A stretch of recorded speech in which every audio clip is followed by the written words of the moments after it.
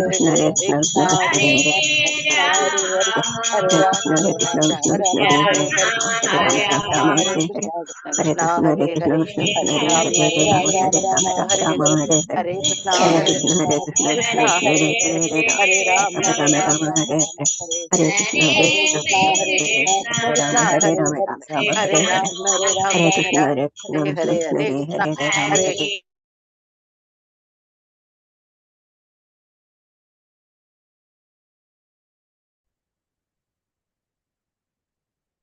ഹരേ കൃഷ്ണ. ശ്രീ ശ്രീ രാധാഗോവിന്ദ മന്ദിർ ഇസ്കോൺ ബാംഗ്ലൂരിന്റെ ശ്രീമദ് ഭാഗവതം ക്ലാസ്സിലേക്ക് എല്ലാവർക്കും സ്വാഗതം. ഓം അജ്ഞാനതിമിരാന്തസ്യ ജ്ഞാനാഞ്ജനാശലാകയ ചക്ഷുരുന്മീലിതം യേന തസ്മൈ ശ്രീ ഗുരുവേദം ശ്രീ ചൈതന്യ മനോഭീഷ്ടം സ്ഥാപിതം യേന ഭൂതലേ സ്വയം രൂപകഥാ മഹ്യം ദദാതി സുപദാന്തി വന്ദേഹം ശ്രീഗുരു ശ്രീയുതാപദകമലം ശ്രീഗുരു വൈഷ്ണവാം ശ്രീരൂപം സകൃജാതം സഗണരികുനാഥാനിതം തം സജീവം സാദ്വൈതം സാവധൂതം പരിജൻ സഹിതം കൃഷ്ണ ചൈതന്യദേവം ശ്രീരാധാകൃഷ്ണപാദാം സഗണലളിതാം ശ്രീവിശാഖാനിതാം ഹേ കൃഷ്ണ കരുണാ സിന്ധു ദീനബന്ധു ജഗത്പദേ ഗോപേശ ഗോപികാ കാന്ത രാധാ കാന്ത നമസ്തുതേ സപ്തകാഞ്ചന ഗൗരാംഗീ ശ്രീരാധേ വൃന്ദാവനേശ്വരി ഋഷഭാനുസുതേ ദേവി പ്രണമാമി ഹരിപ്രിയ പഞ്ചകൽപതരൂപശ കൃപാ സിന്ധുഭ്യവ ച പതിതാനാം പാവനേഭ്യോ വൈഷ്ണവേഭ്യോ നമോ നമഃ. പഞ്ചതത്വാത്മകം കൃഷ്ണം ഭക്തരൂപാസ്വരൂപകം ഭക്താവതാരം ഭക്താഖ്യാനമാമി ഭക്തശക്തി നിത്യാനന്ദമഹനവമി സർവാനന്ദകരം പരം ഹരിനാമപ്രദം ദേവം അവധൂത ശിരോമണി നമോ മഹാവതിന്യായ കൃഷ്ണപ്രേമപ്രദായതേ കൃഷ്ണായ കൃഷ്ണ ചൈതന്യ നാംനേ പൗരതിഷേ നമോ വിഷ്ണുവാദായ കൃഷ്ണപൃഷ്ഠായ ഭൂതല ശ്രീമദേ ഭക്തിവേദാന്ത സ്വാമിന്നിധി നാമനി നമസ്തേ സരസ്വതീ ദേവി ഗൗരവാണി പ്രചാരിണി നിർവിശേഷ ശൂന്യവാദി പാശ്ചാത്യദേശധാരിണി ജയ ശ്രീകൃഷ്ണ ചൈതന്യ പ്രഭു നിത്യാനന്ദ ശ്രീ അദ്വൈത ഗദാധര ശ്രീവാസാദി ഗൗരഭക്തവൃന്ദ. ഹരേ കൃഷ്ണ കൃഷ്ണ കൃഷ്ണ ഹരേ ഹരേ ഹരേ രാമ രാമ രാമ ഹരേ ഹരേ. ഗുരുവേ ഗൗരചന്ദ്രായ രാധികായ തഥാലേ കൃഷ്ണായ കൃഷ്ണഭക്തായ തദ്ഭക്തായ നമോ നമഃ. ശ്രീ പ്രഭുപാദ കി ജയ, ഗുരുമഹാരാജ് കി ജയ. തായ ഗൗര പ്രേമാനന്ദേ ഹരേ രൂപം. ഹരേ കൃഷ്ണ.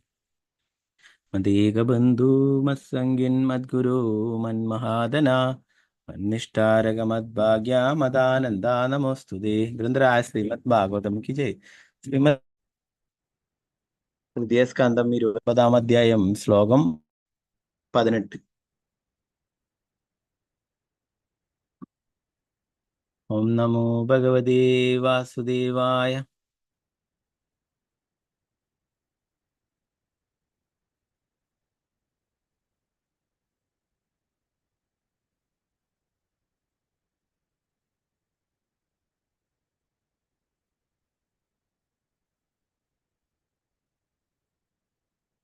ആധ്യാത്മികാനുശ്രവണാൻ നാമ സങ്കീർത്തനാച്ച മേ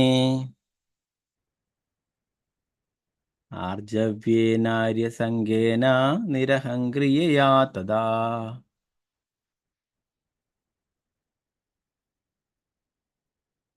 ആധ്യാത്മികാനുശ്രവണാൻ നാമ സങ്കീർത്തനാച്ച മേ ആർജവേനാര്യസംഗേന നിരഹംക്രിയയാ തദാ. ആധ്യാത്മികാനുശ്രവണം നാമ സങ്കീർത്തനാച്ച മേ ആർജവേനാര്യസംഗേന നിരഹംക്രിയയാ തദാ. ഹരേ കൃഷ്ണ. നമുക്ക് എല്ലാവർക്കും ചൊല്ലാം.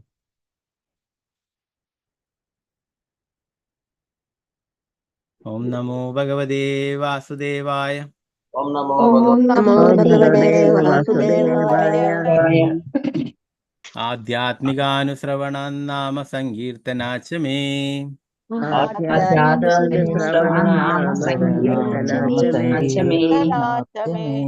ആർജവേനാര്യസംഗേന നിരഹംക്രിയയാ തദാ.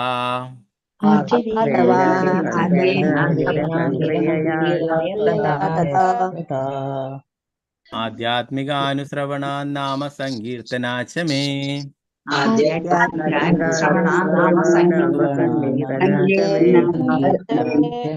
ആർജവേനാര്യസംഗേന നിരഹംക്രിയയാ തദാ.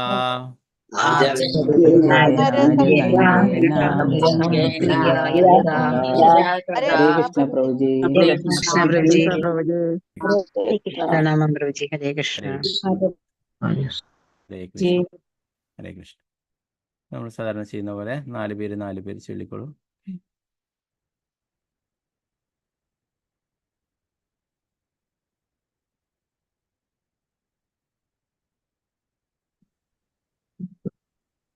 സീതാരാമൻ മാതാജി, സ്വർണപ്രഭ മാതാജി, പങ്കജാക്ഷി മാതാജി, അംബുജ ദേവി മാതാജി ചൊല്ലിക്കോളൂ മാതാജി. ഹരേ കൃഷ്ണ. ഹരേ കൃഷ്ണ പ്രഭു. ഓം നമോ വാസുദേവായ.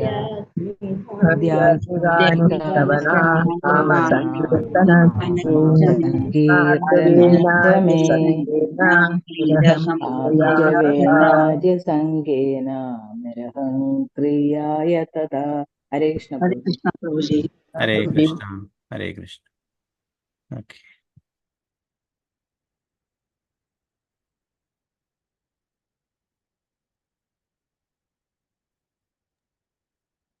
ഓക്കെ. മാലതി മാതാജി, വത്സല ഷജി മാതാജി, വിജയനാണ് മാതാജി, നിർമ്മല മാതാജി ചൊല്ലിക്കോളൂ. ഹരേ കൃഷ്ണ. ഹരേ കൃഷ്ണ പ്രഭുജി. ഹരേ കൃഷ്ണ.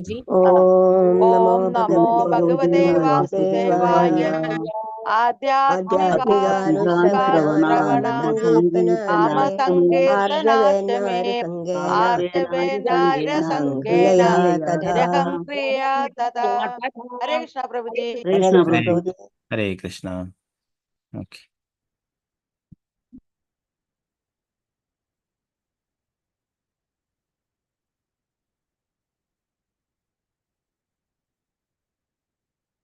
രാമേന്ദ്ര പ്രഭു, ശാരദജി, നമ്പൂരി മാതാജി, ശോഭ പ്രതി മാതാജി, ഗീതട്ടി മാതാജി ചൊല്ലിക്കോളൂ. ഹരേ കൃഷ്ണ പ്രഭുജി. ഹരേ ഓം നമോ ഭഗവതേ വാസുദേവായ. ആധ്യാത്മികാനുശ്രവണാമസങ്കീർത്തനാശമേ ആർജവേനാര്യസംഗേന നിരഹം ക്രിയായ തഥാ. ഹരേ കൃഷ്ണ പ്രഭുജി. ഹരേ കൃഷ്ണ. ഓക്കെ.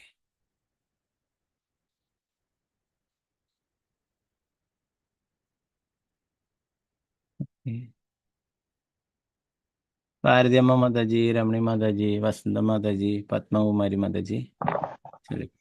ഹരേ കൃഷ്ണ. ഓം നമോ ഭഗവതേ വാസുദേവായ. ആധ്യാത്മികാനുശ്രവണാമസങ്കീർത്തനാശമേ ആർജവേനാര്യസംഗേന നിരഹം ക്രിയയാ തഥാ. ഹരേ കൃഷ്ണ. ഹരേ കൃഷ്ണ. ഹരേ കൃഷ്ണ. ഓക്കെ.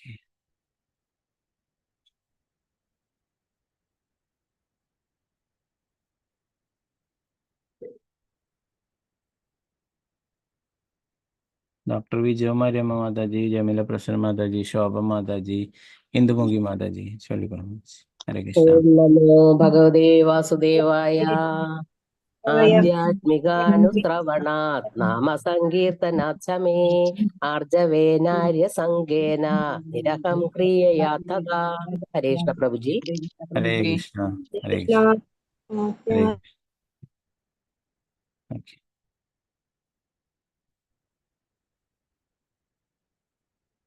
ഓക്കെ. ഇന്ദുമുഖി മാതാജി അതിൻ്റെ കൂടെ ചൊല്ലിയില്ലെന്ന് തോന്നുന്നു അല്ലേ? ഇപ്പൊ ചൊല്ലിക്കണം. വിഷ്ണുപ്രിയ മാതാജി, ഇന്ദുമുഖി മാതാജി, ഉമാദേവി മാതാജി, ഗീതാസി മാതാജി. ഹരേ കൃഷ്ണ പ്രഭുജി. പ്രണാമം. ഹരേ കൃഷ്ണ. ഓം നമോ ഭഗവതേ വാസുദേവായ. നമോ ഭഗവതേ വാസുദേവായ. ആധ്യാത്മികാനുശ്രവണാമസങ്കീർത്തനാശമേ ആർജവേനാര്യസംഗേന നിരഹം ക്രിയയാ തഥാ. ഹരേ കൃഷ്ണ. ഹരേ കൃഷ്ണ. ഓക്കെ.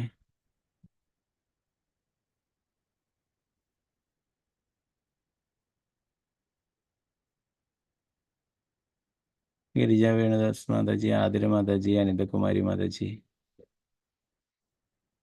ഹരേ കൃഷ്ണ. ഹരേ കൃഷ്ണ. നമോ ഭഗവതേ വാസുദേവായ. ആധ്യാത്മികാനുശ്രവണാമസങ്കീർത്തനാശമേ ആർജവേനാര്യസംഗേന തഥാ. ഹരേ കൃഷ്ണ പ്രഭുജി. ഹരേ കൃഷ്ണ. ഓക്കെ.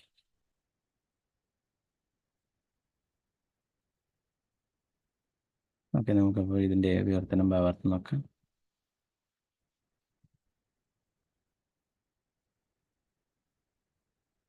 ആധ്യാത്മിക കാര്യങ്ങൾ ശ്രവണത്തിൽ നിന്നും നാമസങ്കീർത്തന വിശുദ്ധ നാമം കീർത്തിക്കുന്നതിൽ നിന്ന് മേ എൻ്റെ ആർജവേന നേരായ പെരുമാറ്റത്തോടു കൂടി ആര്യസംഖ്യേന വിശുദ്ധ വ്യക്തികളുമായുള്ള സഹവാസത്തോടു കൂടി നിരഹംക്രിയയാ മിഥ്യാഹങ്കാരമില്ലാതെ തഥാ അപ്രകാരം. കീർത്തനം ഭാവാർത്ഥം ശ്രീ ഭക്തിവേദാന്ത സ്വാമി ശ്രീല പ്രഭുപാദ് ജയ്.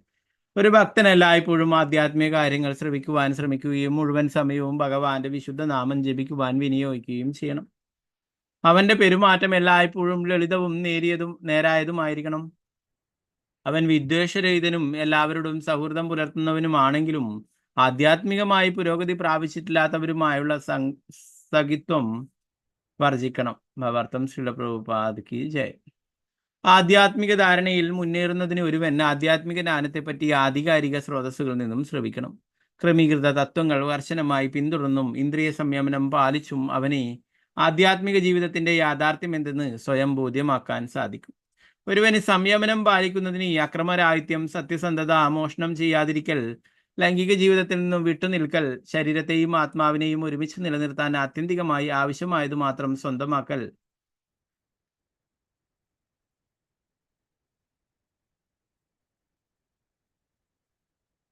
എന്നീ ഗുണങ്ങൾ അനിവാര്യങ്ങളാണ്.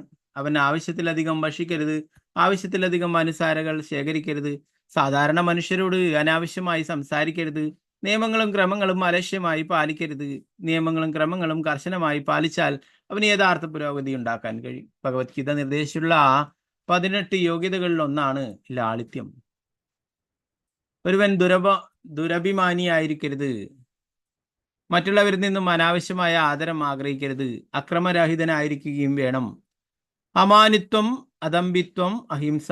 ഒരുവൻ വളരെ സഹിഷ്ണുതയുള്ളവനും ലാളിത്യമുള്ളവനും ആയിരിക്കണം. ആത്മീയ ഗുരുവിനെ അംഗീകരിക്കണം, ഇന്ദ്രിയങ്ങളെ നിയന്ത്രിക്കണം. ഇവയെല്ലാം ഇവിടെയും ഭഗവത്ഗീതയിലും സൂചിപ്പിച്ചിട്ടുണ്ട്. ആത്മീയ ജീവിതം എങ്ങനെ അഭിവൃദ്ധിപ്പെടുത്താമെന്ന് ആധികാരിക പ്രഭവങ്ങളിൽ നിന്നും ശ്രവിക്കുകയും ആചാര്യരിൽ നിന്നും സ്വീകരിക്കുന്ന അത്തരം നിർദ്ദേശങ്ങൾ ആത്മീകരിക്കുകയും ചെയ്യണം. ഇവിടെ പ്രത്യേകം സൂചിപ്പിച്ചിരിക്കുന്നു നാമസങ്കീർത്തനാച്ഛ. ഒരുവൻ തനിച്ചോ മറ്റുള്ളവരുമായി ചേർന്നോ ഭഗവാന്റെ വിശുദ്ധ നാമം ഹരേ കൃഷ്ണ കൃഷ്ണ കൃഷ്ണ ഹരേ ഹരേ ഹരേ രാമ രാമ രാമ ഹരേ ഹരേ ജപിക്കണം. ഭഗവാന്റെ ഈ വിശുദ്ധ നാമങ്ങളുടെ ജപം ആത്മീയ പുരോഗതിയുടെ അടിസ്ഥാന തത്വമായി ചൈതന്യ മഹാപ്രഭു ഊന്നൽ നൽകി പറഞ്ഞിട്ടുണ്ട്. ആർജവേന എന്നതാണ് ഇവിടെ ഉപയോഗിച്ചിട്ടുള്ള മറ്റൊരു പദം. നയതന്ത്രമില്ലാതെ എന്നാണ് ഇതിനർത്ഥം. ഒരു ഭക്തൻ സ്വാർത്ഥ താല്പര്യത്തിൽ നിന്നുളവാകുന്ന പദ്ധതികളൊന്നും മെനയരുത്. തീർച്ചയായും ധാർമ്മികോത്ബോധകന്മാർക്ക് ചില സന്ദർഭങ്ങളിൽ ഭഗവാന്റെ ദൗത്യ നിർവഹണത്തിന് വേണ്ടി ഉചിതമായ മാർഗനിർദ്ദേശത്തിന് കീഴിൽ പദ്ധതികൾ രൂപപ്പെടുത്തേണ്ടി വന്നേക്കും. പക്ഷെ വ്യക്തിപരമായ സ്വാർത്ഥ താല്പര്യം സംബന്ധിച്ച് ഒരു ഭക്തൻ സദാ നയതന്ത്രങ്ങളില്ലാത്തവനായിരിക്കണം. അവൻ ആത്മീയ ജീവിതത്തിൽ പുരോഗതിയില്ലാത്ത വ്യക്തികളുമായുള്ള കൂട്ടുകെട്ട് ഒഴിവാക്കുകയും വേണം. ആര്യ ആണ് ഇവിടെ കൊടുത്തിട്ടുള്ള മറ്റൊരു വാക്ക്. ആര്യന്മാരായ വ്യക്തികൾ ഭൗതികാഭിവൃദ്ധിയിൽ എന്ന പോലെ കൃഷ്ണാബോധം എന്ന ജ്ഞാനത്തിലും മുമ്പന്തിയിലുള്ളവരാണ്. ആത്മീയ പുരോഗതിയുടെ കാര്യത്തിൽ സുരന്മാരെയും അസുരന്മാരെയും പോലെയാണെന്നതാണ് ആര്യന്മാരും അനാര്യന്മാരും തമ്മിലുള്ള അന്തരം.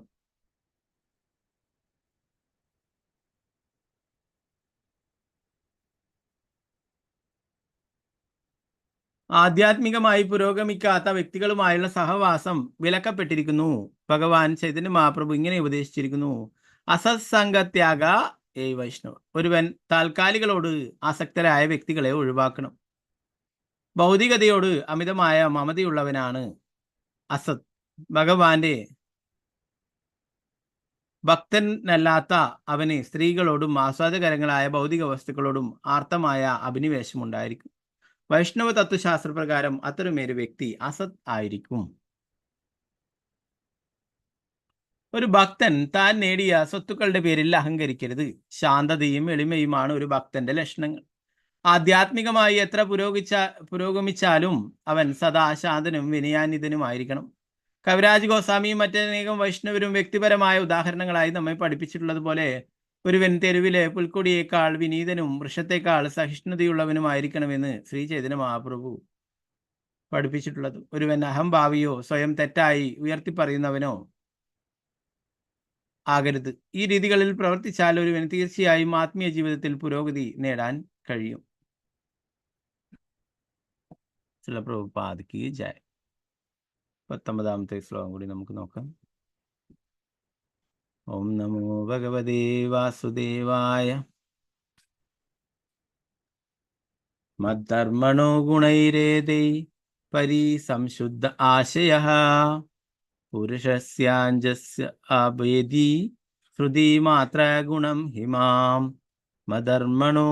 മധർമ്മണോ ഗുണൈരേതൈ പരിസംശുദ്ധ ആശയഃ പുരുഷസ്യാഞ്ജസാഭേദി ശ്രുതി മാത്ര ഗുണം ഹിമാം.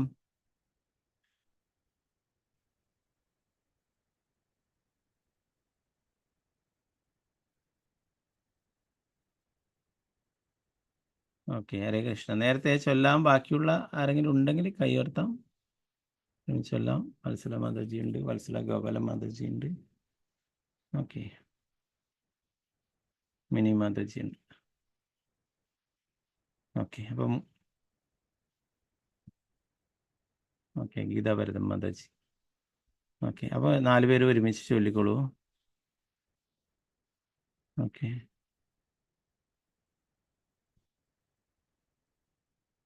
ഗീതാഭരത മാതാജി, മിനി മാതാജി, വത്സല ഗോപാല മാതാജി, വത്സല എം മാതാജി. ഹരേ കൃഷ്ണ. ഹരേ കൃഷ്ണ. ഹരേ കൃഷ്ണ. നമോ ഭഗവതേ വാസുദേവായ. ധർമ്മണോ ഗുണൈരേതൈ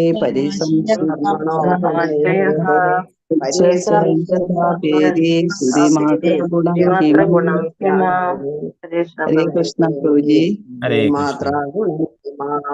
ഹരേ കൃഷ്ണ പ്രഭുജി. ഹരേ കൃഷ്ണ. ഓക്കെ, ധർമ്മണോ ഗുണൈരേതൈ. ഓക്കെ,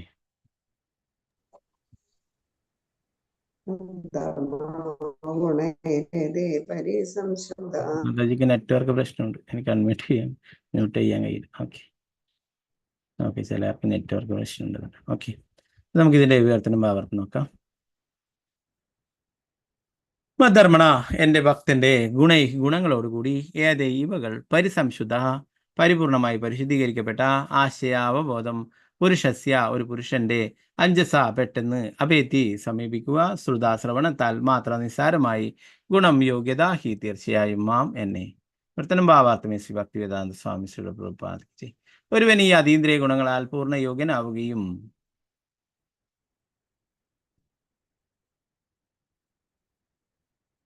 അപ്രകാരം അവന്റെ അവബോധം പരിപൂർണമായി പരിശുദ്ധീകരിക്കപ്പെടുകയും ചെയ്യുമ്പോൾ അവൻ എൻ്റെ നാമത്തിൻ്റെയോ അതീന്ദ്രിയ ഗുണത്തിൻ്റെയോ ശ്രവണ മാത്രയിൽ അവയിൽ ആകൃഷ്ടനാകും.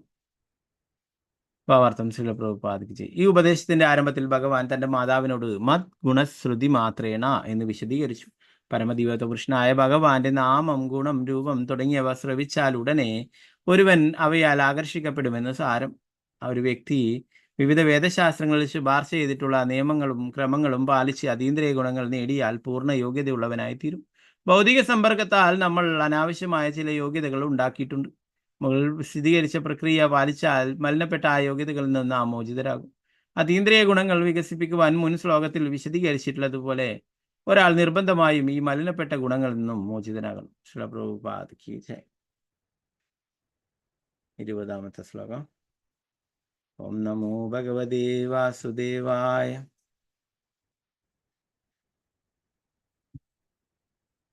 യഥാവാദരതോ ഘ്രാണ മാവൃങ്ക്തേ ഗന്ധ ആശയാത് ഏവം യോഗരതം ചേതാ ആത്മാനാമവികാര്യത്. യഥാവാദരതോ ഘ്രാണ മാവൃങ്ക്തോ ഗന്ധ ആശയാത് ഏവം യോഗരതം ചേതാ ആത്മാനാമവികാര്യത്.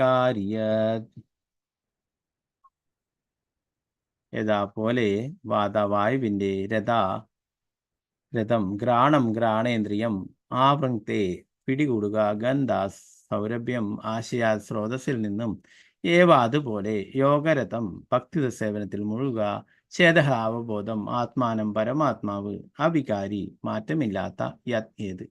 കീർത്തനം ഭാവാർത്ഥം ശ്രീ ഭക്തിവേദാന്ത സ്വാമി പ്രഭുപാദിച്ചു. വായുവിന്റെ രഥത്തിലേറി സ്വന്തം പ്രഭാവത്തിൽ നിന്നു വരുന്ന സൗരഭ്യം ഘ്രാണേന്ദ്രിയത്തെ പെട്ടെന്ന് പിടികൂടുന്നത് പോലെ കൃഷ്ണാബോധത്തിൽ നിരന്തരം ഭക്തി സേവനത്തിൽ മുഴുകുന്ന ഭക്തനെ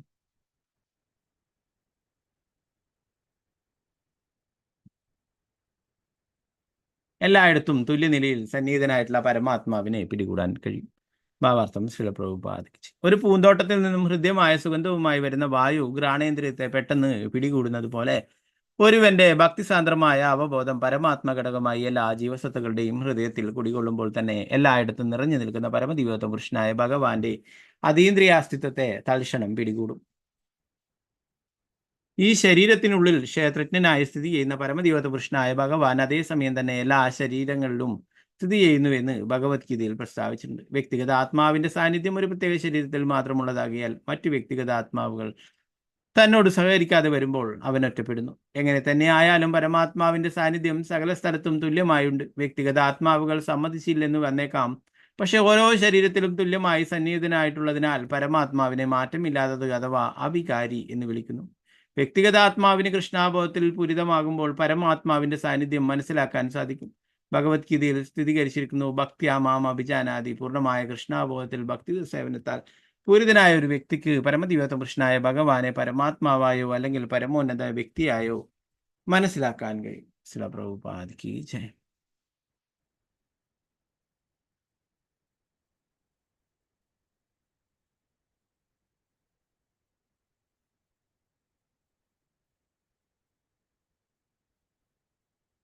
ഓക്കെ, ഈ ഒരു ശ്ലോകം കൂടി നോക്കാം നമുക്ക്.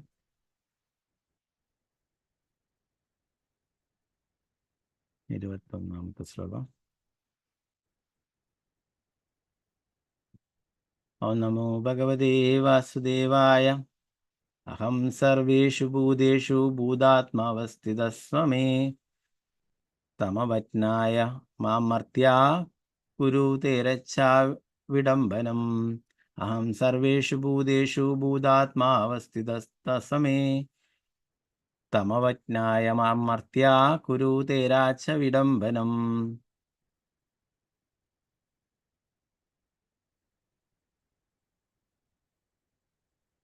അഹം ഞാൻ, സർവേഷു എല്ലാറ്റിലും, ഭൂതേഷു ജീവസത്തകൾ, ഭൂതാത്മാ എല്ലാ ജീവികളിലുമുള്ള പരമാത്മാവ്, അവസ്ഥിത സ്ഥിതി ചെയ്യുക, സദാ എല്ലായ്പ്പോഴും, തം ആ പരമാത്മാവ്, അവജ്ഞയ അവഗണിക്കുക, മാം എൻ്റെ, മർത്യ ഒരു നശ്വരനായ മനുഷ്യൻ, കുരുതി പ്രകടിപ്പിക്കുക, അർച്ച വിഗ്രഹാരാധനയുടെ, വിഡംബനം അനുകരണം. വർത്തനം ഭാവാർത്ഥം ശ്രീ ഭക്തിവേദാന്ത സ്വാമി പ്രഭുപാദിക്ക്. നാം പരമാത്മാവെന്ന നിലയിൽ സകല ജീവജാലങ്ങളിലും സന്നിഹിതനാണ്. ഒരുവൻ സർവ്വവ്യാപിയായ പരമാത്മാവിനെ ബഹുമാനിക്കാതിരിക്കുകയോ അവഗണിക്കുകയോ ചെയ്യുകയും ക്ഷേത്രത്തിലെ വിഗ്രഹത്തെ ആരാധിക്കുകയും ചെയ്യുന്ന പക്ഷം ആ ആരാധന വെറും അനുകരണമായിരിക്കുമെന്ന്. ഭാവാർത്ഥം ശ്രീ പ്രഭുപാദിക്ക്. പരിശുദ്ധമായ അവബോധത്തിൽ അഥവാ കൃഷ്ണാബോധത്തിൽ ഒരുവൻ കൃഷ്ണന്റെ സാന്നിധ്യം എല്ലായിടത്തും ദർശിക്കുന്നു. ആയതിനാൽ ഒരു വ്യക്തി മറ്റു ജീവജാലങ്ങളെ പരിഗണിക്കാതെ ക്ഷേത്രത്തിലെ വിഗ്രഹത്തെ മാത്രം ആരാധിക്കുന്ന പക്ഷം അയാളുടെ ഭക്തിത സേവനം ഏറ്റവും അധമ നിലവാരത്തിലായിരിക്കും. ക്ഷേത്രത്തിലെ വിഗ്രഹത്തെ ആരാധിക്കുകയും മറ്റുള്ളവരെ ബഹുമാനിക്കാതിരിക്കുകയും ചെയ്യുന്ന ഒരുവൻ ഭൗതിക വിധാനത്തിലുള്ള ഏറ്റവും താഴ്ന്ന തലത്തിലുള്ള ഭക്തനായിരിക്കും. ഒരു ഭക്തൻ എല്ലാറ്റിനെയും കൃഷ്ണനുമായി ബന്ധപ്പെടുത്തി ദർശിക്കുവാനും എല്ലാറ്റിനെയും അതേ വീക്ഷണത്തിൽ സേവിക്കുവാനും ശ്രമിക്കണം. എല്ലാറ്റിനെയും സേവിക്കുക എന്നാൽ എല്ലാ സേവനങ്ങളിലും കൃഷ്ണന് വേണ്ടി എന്ന വിചാരത്തിൽ മുഴുകണമെന്നർത്ഥം.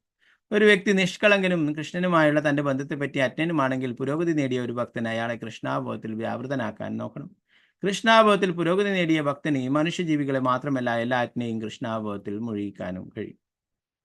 പ്രഭുപാദിക്ക് ജയ്.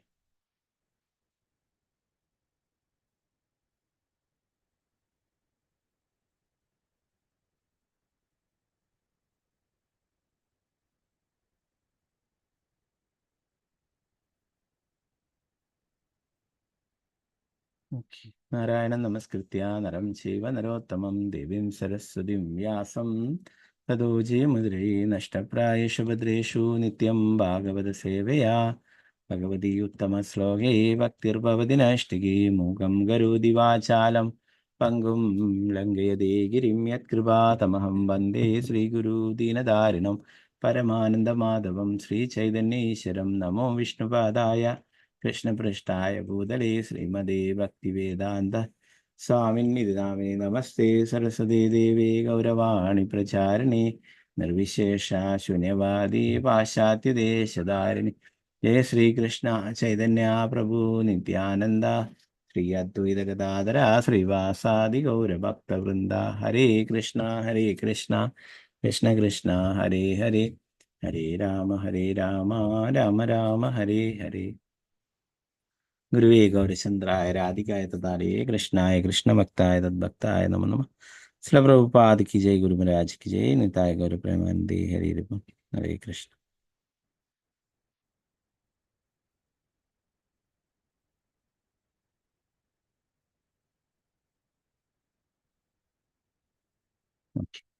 നമ്മൾ കഴിഞ്ഞ ക്ലാസ്സിലൊക്കെ രണ്ട് തരത്തിലുള്ള ഭക്തന്മാരെ കുറിച്ചൊക്കെ പറഞ്ഞു അല്ലേ. കനിഷ്ഠ ഭക്തൻ, പുതുഭക്തൻ അല്ലെ, അതുപോലെ തന്നെ ഉയർന്ന ഭക്തനും. ഇപ്പൊ പുതുതായിട്ടുള്ള ഭക്തൻ ഭഗവത് അർച്ച വിഗ്രഹത്തെ അല്ലെ ഒരു സാധാരണ ഭഗവാന്റെ ഒരു പ്രാതിനിധ്യമായിട്ട് കരുതുന്നു അല്ലെ. എന്നാൽ ഒരു ഉയർന്ന ഭക്തൻ അത് സാക്ഷാൽ ബ്രജേന്ദ്രനന്ദനായിട്ടുള്ള ഭഗവാൻ തന്നെയാണെന്ന് കണക്കാക്കുകയും അത് പ്രകാരം സേവനങ്ങളൊക്കെ ചെയ്യുകയും ചെയ്യും അല്ലെ. അപ്പൊ അതുപോലെ തന്നെ പറഞ്ഞു, നമ്മൾ ആധ്യാത്മിക ഗുരുവിൽ നിന്നും നിർദ്ദേശങ്ങൾ അനുസരിച്ചിട്ട് ഭക്തിയുത സേവനങ്ങളൊക്കെ ചെയ്യാൻ അല്ലെ. ആ പരമ്പരയിൽ നിന്ന് വരുന്ന ഗുരുവിനെ സ്വീകരിക്കണം.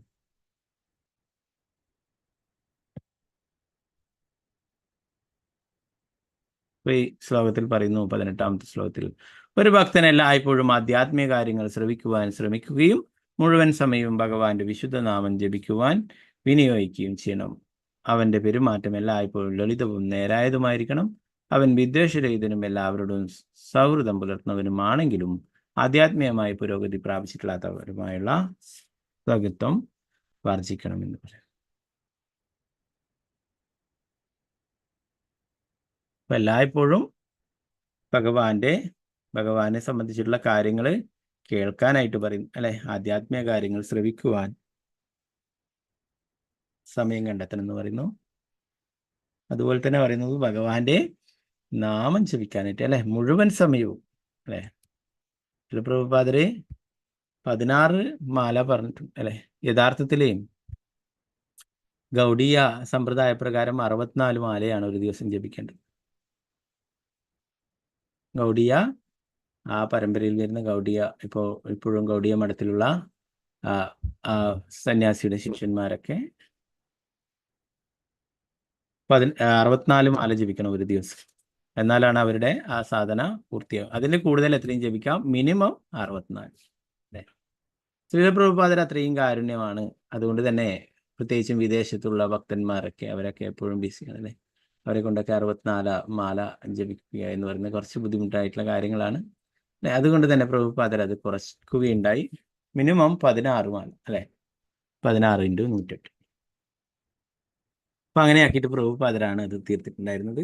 യഥാർത്ഥത്തിൽ ഇപ്പോഴും ഗൗഡീയ സമ്പ്രദായത്തിലുള്ളവരൊക്കെ, ഗൗഡീയ മഠത്തിലുള്ളവരൊക്കെ 64 മാല ജപിക്കും അല്ലെ.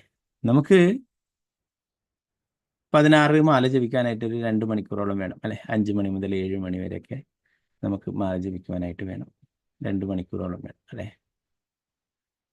അപ്പൊ അങ്ങനെ 16 മാലയ്ക്ക് 2 മണിക്കൂറാണെങ്കിൽ 32-ന് 4 മണിക്കൂറായി അല്ലെ. 64-ന് 8 മണിക്കൂറായി. അപ്പൊ അത്രയും സമയം മാല ജപിക്കുന്നത് നല്ലത് തന്നെയാണ്. എന്നാൽ പ്രത്യേകിച്ചും ഇസ്കോണിലുള്ള ഭക്തന്മാർക്ക് അവർ പ്രീച്ചിങ്ങിന് ആണ് പ്രാധാന്യം നൽകുന്നത് അല്ലെ. അപ്പൊ പ്രീച്ചിങ് ചെയ്യാനായിട്ട് സമയം ഉണ്ടാകും. ഭജനാനന്ദിയായിട്ട് ഒരിടത്ത് ഇരിക്കുവാനായി സാധിക്കുള്ളൂ അല്ലെ. ഗോഷ്ഠ്യാനന്ദി, മറ്റുള്ളവർക്കും കൃഷ്ണാബോധം നൽകുക, മറ്റുള്ളവരെയും കൃഷ്ണാബോധവാനാക്കുക, ഭഗവാന്റെ സന്ദേശങ്ങൾ പ്രചരിപ്പിക്കുക എന്നുള്ളതാണ് പ്രഭുപാദര് ശിഷ്യന്മാർക്കൊക്കെ നൽകിയിട്ടുള്ള നിർദ്ദേശങ്ങൾ.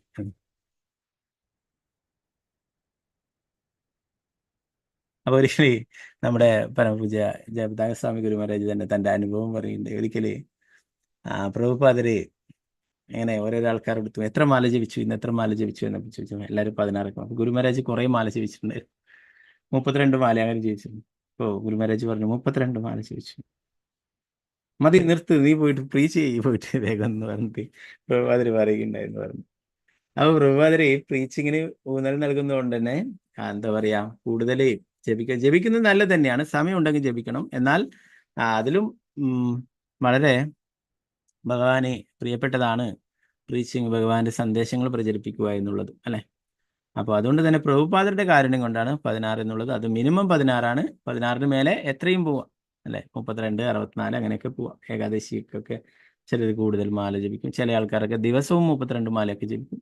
അപ്പൊ നമുക്ക് വേറെ അങ്ങനെ എന്താ പറയാ, അമ്പലത്തിലെ സേവയോ അല്ലെങ്കിൽ അങ്ങനെ ബുക്ക് ഡിസ്ട്രിബ്യൂഷൻ്റെ സേവയോ അങ്ങനെയൊന്നും ഇല്ലെങ്കിൽ നമുക്ക് എത്രയും ജപിക്കാം. 32, 64 എത്രയും ജപിക്കാം. ഓക്കെ. അപ്പോൾ അമ്പലത്തിലുള്ളവർക്ക് മിനിമം 16 ജപിക്കണം എന്നുള്ളതാണ്. ഓക്കെ. അപ്പോൾ പ്രഭുപാദരുടെ കാരുണ്യമാണ്. ഞാൻ കണ്ടിട്ടുണ്ട്, നമുക്കൊക്കെ കണ്ടിട്ടുണ്ട്, അവരൊക്കെ ഗൗഡിയ മഠത്തിലുള്ളവരൊക്കെ ഒരു ദിവസം 64 മാല ജപിക്കണം. അപ്പോൾ അവർ രാവിലെ തുടങ്ങിയാൽ ഉച്ചവരെയൊക്കെ ഒരേ നാമം ജപിയാണ് തന്നെയാണ്. നാമം ജപിച്ച് കുറച്ച് കഴിഞ്ഞിട്ട് രാവിലത്തെ ബ്രേക്ക്ഫാസ്റ്റ് കുറച്ച് കഴിച്ച് വീണ്ടും നാമം ജപിക്കാൻ തുടങ്ങും. അതപ്പോൾ അത് ഉച്ചവരെയൊക്കെ പോയി. പ്രഭുപാദർ അതുകൊണ്ട് തന്നെ പ്രീച്ചിങ്ങിന് ഇമ്പോർട്ടൻ്റ് നൽകുന്നത് കൊണ്ട് തന്നെ അങ്ങനെ പറഞ്ഞിട്ടില്ല അല്ലെ. പ്രഭുപാദര് അങ്ങനെ പറഞ്ഞതുകൊണ്ടാണ് കൂടുതൽ ഭക്തന്മാരും അല്ലെ 16 മാല തന്നെ ജപിക്കൽ ചിലർക്കൊക്കെ ബുദ്ധിമുട്ടായിട്ട് കരുതുന്നത്. അപ്പോൾ 64 മാലയൊക്കെ പറഞ്ഞു കഴിഞ്ഞാൽ എല്ലാവരും എപ്പോൾ ഓടിപ്പോയി എന്ന് ചോദിച്ചാൽ മതി അല്ലെ. അപ്പോൾ അതുകൊണ്ട് തന്നെ 16 മാല മതി മിനിമം എന്ന് പ്രഭുപാദര് പറയുകയും അങ്ങനെ ചെയ്യുകയും ചെയ്യും. അപ്പം അതുപോലെ തന്നെ 4 നിയമങ്ങൾ പാലിക്കാനായിട്ട് അല്ലെ. പ്രഭുപാദർ പറയുന്നത് അങ്ങനെയാണെങ്കിൽ തീർച്ചയായിട്ടും ഭഗവത് കാരുണ്യം ലഭിക്കും എന്ന് പറയും. അപ്പോൾ 16 നമുക്ക് എപ്പോഴും ഭഗവാന്റെ നാമം ജപിക്കുക അല്ലെ. കീർത്തനീയ സദാഹരി എന്ന് പറഞ്ഞു, എപ്പോഴും സദാസമയവും ഭഗവാന്റെ നാമങ്ങൾ ജപിക്കുക, കീർത്തനങ്ങൾ ചൊല്ലുവാനായിട്ടാണ് പറഞ്ഞത്. അതുപോലെ തന്നെ ഭഗവാന്റെ സത്കഥകൾ എപ്പോഴും നമുക്ക് കേൾക്കുകയും ചെയ്യും അല്ലെ. അപ്പൊ നമ്മൾ എന്താ പറയാ, നമ്മുടെ കാതിന് അത്ര എന്താ പറയാ, അതിന് ഷട്ടറൊന്നുമില്ല അല്ലെ, അടച്ചു വെച്ചിട്ടില്ല. നമുക്ക് എപ്പോഴും ഭഗവാന്റെ സത്കഥകൾ കേൾക്കാം. നമ്മൾ എന്ത് ചെയ്യുമ്പോഴായാലും അല്ലെ, നമ്മൾ പച്ചക്കറിയൊക്കെ അരിയുമ്പോഴായാലും ഭഗവാനെ നിവേദ്യങ്ങൾ ഉണ്ടാക്കുമ്പോഴായാലും എപ്പോഴും ഭഗവാന്റെ നാമം കേൾക്കാം, പ്രഭുപാദരുടെയൊക്കെ ചാൻഡിങ് കേൾക്കാം, അല്ലെ പ്രഭുപാദരുടെയൊക്കെ ലെക്ചർ അല്ലെങ്കിൽ ശുദ്ധ ഭക്തന്മാരുടെയൊക്കെ ലെക്ചറൊക്കെ നമുക്ക് എപ്പോഴും കേൾക്കാം അല്ലെ. ഭഗവാന്റെ കീർത്തനങ്ങൾ ഇതൊക്കെ നമുക്ക് എപ്പോഴും കേൾക്കാം അല്ലെ. അതിന് യാതൊരു മുടക്കമില്ല. നമ്മൾ വേറെ എന്ത് ജോലികൾ ചെയ്യുന്നുണ്ടെങ്കിലും അതൊക്കെ അതിൻ്റെ കൂടെ അല്ലെ. അപ്പോൾ ചില ആൾക്കാരൊക്കെ ഓഫീസിലെ ജോലി ചെയ്യുമ്പോഴും കേൾക്കുകയൊക്കെ ചെയ്യും. അപ്പോൾ ചിലയിടത്തൊന്നും അത് അനുവദിക്കില്ല. എന്നാൽ ചില ഭക്തന്മാരൊക്കെ പറയും എന്താ പറയാ, ഭഗവാന്റെ സത്കഥകളൊക്കെ കേൾക്കും പലപ്പോഴും അല്ലെ. ഇന്ന് അങ്ങനെയുള്ള ഡിവൈസും കാര്യങ്ങളൊക്കെ ഉണ്ട്. അപ്പോൾ ആർക്കും പെട്ടെന്നൊന്നും മനസ്സിലാവില്ല, ഫോൺ തന്നെ പിടിക്കണമെന്നില്ല അല്ലെ. അപ്പോൾ അങ്ങനെയുള്ള ഭഗവാന്റെ സത്കഥകളൊക്കെ പറ്റുമെങ്കിൽ എപ്പോഴും കേൾക്കണം എന്ന് പറയും. അതുപോലെ തന്നെ എപ്പോഴും ജപിക്കാനായിട്ടും പറയുന്നു. പിന്നീട് പെരുമാറ്റത്തെക്കുറിച്ച് പറയുന്നു. അവന്റെ പെരുമാറ്റം എപ്പോഴും ലളിതവും നേരായതുമായിരിക്കണം. അവൻ വിദ്വേഷരഹിതനും എല്ലാവരോടും സൗഹൃദം പുലർത്തുന്നവനാണെങ്കിലും ആധ്യാത്മികമായി പുരോഗതി പ്രാപിച്ചിട്ടില്ലാത്തവരുമായുള്ള സഹിത്വം വർജിക്കണമെന്ന് കഴിഞ്ഞ ഇന്നലത്തെ ക്ലാസ്സിലൊക്കെ പറഞ്ഞു അല്ലെ. എല്ലാവരുടെ ഹൃദയത്തിലും പരമാത്മാവായിട്ട് ഭഗവാനുണ്ട്. അപ്പൊ എല്ലാവരും ഭഗവാന്റെ അംശമാണ് അല്ലെ. അപ്പൊ അതുകൊണ്ട് തന്നെ എല്ലാവരെയും അങ്ങനെ വേർതിരിച്ച് കാണാതെ എല്ലാവരും ഭഗവാന്റെ മക്കളായിട്ട് അതുപോലെ കാണണം. എല്ലാവരോടും വകതിരിവില്ലാതെ വേർതിരിവില്ലാതെ എന്ന് പറഞ്ഞു. അങ്ങനെയൊക്കെ ആണെങ്കിലും പറയുന്നു എല്ലാവരോടും സൗഹൃദം പുലർത്താം, പക്ഷെങ്കിൽ ആധ്യാത്മികമായി പുരോഗതി പ്രാപിച്ചിട്ടില്ലാത്ത അല്ലെ ഒരു ഭൗതികവാദിയുമായിട്ട് കൂടുതൽ നമ്മൾ കൂട്ടുകെട്ട് പാടില്ല എന്ന് പറയും. അവരെന്ത് ചെയ്യും? അവർ നമ്മളെ ഇതൊക്കെ ഉപേക്ഷിക്കൂ, എൻ്റെ കൂടെ വാ, ഞാൻ ജീവിക്കുന്നതാണെന്നില്ലേ, നീ രാവിലെ 4:30 എണീക്കണം, എനിക്ക് 10 മണിക്ക് എഴുന്നേറ്റാൽ മതി, അങ്ങനെയൊക്കെ പറയും അല്ലേ. അപ്പൊ അങ്ങനെ പലതും പറഞ്ഞിട്ട് അങ്ങനെ തെറ്റിക്കാനായിട്ട് പല ആൾക്കാരുണ്ടാവും അല്ലെ. അതുകൊണ്ട് അങ്ങനെയുള്ള കൂട്ടുകെട്ടുകൾ ഒഴിവാക്കണം എന്ന് പറയും അല്ലെ. ഭൗതികമായിട്ടുള്ള ആ വ്യക്തികളുമായിട്ടുള്ള നമുക്ക് അവരോട് പ്രീച്ച് ചെയ്യാം, അവരോട് കാര്യങ്ങൾ പറഞ്ഞ് മനസ്സിലാക്കാം, എന്നല്ല ഒരിക്കലും അവരുടെ അടിയിലായി പോരുത്, അവരുടെ അണ്ടറിൽ അവരുടെ കൺട്രോളിൽ നമ്മൾ ഒരിക്കലും ആയിപ്പോരുത് അല്ലെ. ശ്രീ ചൈതന്യ മഹാപ്രഭു തന്നെ പ്രതാപരുദ്ര മഹാരാജനെ മാറ്റി നിർത്തുകയുണ്ടായി അല്ലെ. ഞാനൊരു സന്യാസിയാണ്, ഒരു ഭൗതികവാദിയുമായിട്ട് ആണ് അടുപ്പം എന്ന് പറഞ്ഞു കഴിഞ്ഞാൽ സാധാരണ ജനങ്ങൾ എന്തു പറയും എന്ന് അല്ലേ. എന്നാൽ പിന്നീട് ശ്രീ ചൈതന്യ മഹാപ്രഭു അല്ലെ ഭക്തിയുത സേവനത്തിലൂടെ ഏർപ്പെട്ടത് കൊണ്ട് തന്നെ ആ പ്രതാപരുദ്ര മഹാരാജാവിന് കാരുണ്യം നൽകുകയുണ്ടായി അല്ലെ. നമ്മൾ കഴിഞ്ഞ ജഗന്നാഥ രഥയാത്രക്കൊക്കെ ആ ഭാഗങ്ങളൊക്കെ നമ്മൾ ചർച്ച ചെയ്യുകയുണ്ടായി. അപ്പോൾ അങ്ങനെയുള്ള വ്യക്തികളുമായിട്ട് കുറച്ച് അകലം പാലിക്കണമെന്നാണ് പറയുന്നത്. പ്രഭാതൊരു ഭാവാർത്ഥത്തിൽ പറയുന്നു, ആധ്യാത്മിക ധാരണയിൽ മുന്നേറുന്ന ഒരുവൻ ആധ്യാത്മിക ജ്ഞാനത്തെ പറ്റി ആധികാരിക സ്രോതസ്സിൽ നിന്നും ശ്രവിക്കണമെന്ന് പറഞ്ഞു. ആ ഗുരു പരമ്പരയിൽ നിന്നും വരുന്നവരിൽ നിന്നും കാര്യങ്ങൾ ശ്രവിക്കണമെന്ന് പറഞ്ഞു. ക്രമീകൃത തത്വങ്ങൾ കർശനമായി പിന്തുടർന്നും ഇന്ദ്രിയ സംയമനം പാലിച്ചും അവന് ആധ്യാത്മിക ജീവിതത്തിൽ യാഥാർത്ഥ്യം എന്തെന്ന് സ്വയം ബോധ്യമാക്കാൻ സാധിക്കും. ഒരുവന് സംയമനം പാലിക്കുന്നതിന് അക്രമരാഹിത്യം, സത്യസന്ധത, മോഷണം ചെയ്യാതിരിക്കൽ, ലൈംഗിക ജീവിതത്തിൽ നിന്ന് വിട്ടുനിൽക്കൽ, ശരീരത്തെയും ആത്മാവിനെയും ഒരുമിച്ച് നിർത്താൻ ആത്യന്തികമായി ആവശ്യമായത് മാത്രം സ്വന്തമാക്കൽ എന്നീ ഗുണങ്ങൾ അനിവാര്യമാണ്. അവൻ ആവശ്യത്തിലധികം ഭക്ഷിക്കരുത്, ആവശ്യത്തിലധികം മനസ്സാരികൾ ശേഖരിക്കരുത്, സാധാരണ മനുഷ്യരോട് അനാവശ്യമായി സംസാരിക്കരുത്, നിയമങ്ങളും ക്രമങ്ങളും അലക്ഷ്യമായി പാലിക്കരുത്. നിയമങ്ങളും ക്രമങ്ങളും കർശനമായി പാലിച്ചാൽ അവന് യഥാർത്ഥ പുരോഗതി ഉണ്ടാക്കാൻ കഴിയുമെന്ന് പറയും. അപ്പോൾ ആവശ്യമുള്ളത് ഭഗവാൻ നമുക്ക് നൽകിയിട്ടുണ്ട് അല്ലെ. അതുകൊണ്ട് നമ്മൾ സംതൃപ്തരാകുക അല്ലെ. എന്താ പറയുക, അത്യാഗ്രഹം പാടില്ല അല്ലെ. അതുപോലെ തന്നെ ആവശ്യത്തിന് ഭക്ഷിക്കാനായിട്ടും പറയുന്നു. അതുപോലെ തന്നെ സാധാരണയായിട്ടുള്ള മനുഷ്യരോട് അനാവശ്യമായിട്ട് സംസാരിക്കരുത് അല്ലെ. നമ്മൾ ഇന്നലെ പറഞ്ഞു അല്ലെ, ഭക്തന്മാര് കാണുമ്പോൾ ഭഗവാനെ പറ്റിയുള്ള കാര്യങ്ങളാണ് ചർച്ച ചെയ്യുക അല്ലെ. മഹാരാജിന്റെ കാര്യം പറഞ്ഞില്ല, മഹാരാജ് എയർപോർട്ടിലായപ്പോൾ അവിടുന്ന് ആ ഒരു ഡോറ് കണ്ടപ്പോൾ മഹാരാജ് ശ്രീ ഭഗവാന്റെ ആ ലീലയെ കുറിച്ചിട്ടാണ് ഓർത്തിക്കുന്നത്. അതേപോലെ ഭക്തന്മാരെപ്പോഴും ഭഗവാനെ കുറിച്ചുള്ള കാര്യങ്ങളാണ് സംസാരിക്കുക. എന്നാൽ ഒരു ഭൗതികവാദി മറ്റുള്ള ഭൗതികമായിട്ടുള്ള കാര്യങ്ങളാണ് സംസാരിക്കുക. അപ്പോൾ അങ്ങനെയുള്ള ആൾക്കാർ മറ്റു അനാവശ്യമായിട്ട് സംസാരിക്കരുത് എന്ന് പറയും. നമ്മൾ കൃഷ്ണാഭവത്തെക്കുറിച്ചൊക്കെ അവർക്ക് പറഞ്ഞു കൊടുക്കാം. എന്നാൽ അവരുടെ കാര്യങ്ങൾ, അവർ പലതും രാഷ്ട്രീയവും സിനിമയും മറ്റുള്ള കാര്യങ്ങളൊക്കെ ആയിരിക്കും അവർക്ക് കൂടുതലും പറയാനുണ്ടാവും അല്ലെ. പലർക്കും സീരിയലൊക്കെ ആയിരിക്കും, എന്താ പറയുക, സ്ത്രീകളൊക്കെ ആകുമ്പോൾ സീരിയലിലെ കഥകളൊക്കെ, എനിക്ക് ഇന്നലെ മഴയായിട്ട് കറണ്ട് ഉണ്ടായില്ല, ഇന്നലെ എന്തായി, ആ സീരിയലിൽ എന്തായി എന്നൊക്കെ ആയിരിക്കും ചോദിക്കുക അല്ലേ. അപ്പോൾ അങ്ങനെയുള്ള കാര്യങ്ങളായിരിക്കും അവർക്ക് താല്പര്യം. അതുകൊണ്ട് അങ്ങനെയുള്ള കൂട്ടുകെട്ടുകൾ ഉപേക്ഷിക്കണമെന്ന്. ഭക്തന്മാരുമായിട്ട് കൂട്ടുകെട്ടുകൾ ഉണ്ടാവണം അല്ലെ. നമ്മൾ ഇന്നലെ പറഞ്ഞു, നമുക്ക് തീരുമാനിക്കാം അസോസിയേഷൻ അല്ലെ, ആരുമായിട്ട് അസോസിയേഷൻ ചെയ്യണം എന്നുള്ള കാര്യം. നമുക്ക് ഭക്തന്മാരുമായിട്ട് അസോസിയേഷൻ ആണെങ്കിൽ നമുക്ക് ഭക്തിയിൽ ഉയരാൻ സാധിക്കും അല്ലെ. മറ്റുള്ള ഭൗതികമായിട്ടുള്ള കൂട്ടുകെട്ടുകളിലൂടെ നമുക്ക് അവരെ പോലെ ആയിത്തീരുകയും ചെയ്യും. പിന്നെ അതുപോലെ തന്നെ യമനിയമങ്ങൾ അല്ലെ, നിയമക്രമങ്ങളൊക്കെ പാലിക്കണമെന്ന് പറയുന്നു. യമനിയമങ്ങൾ അല്ലെ, നമ്മൾ പറയുന്നു 4 യമനിയമങ്ങൾ പാലിക്കണമെന്ന് അല്ലെ, കൃഷ്ണാഭവത്തിൽ ഉയരാനായിട്ട്.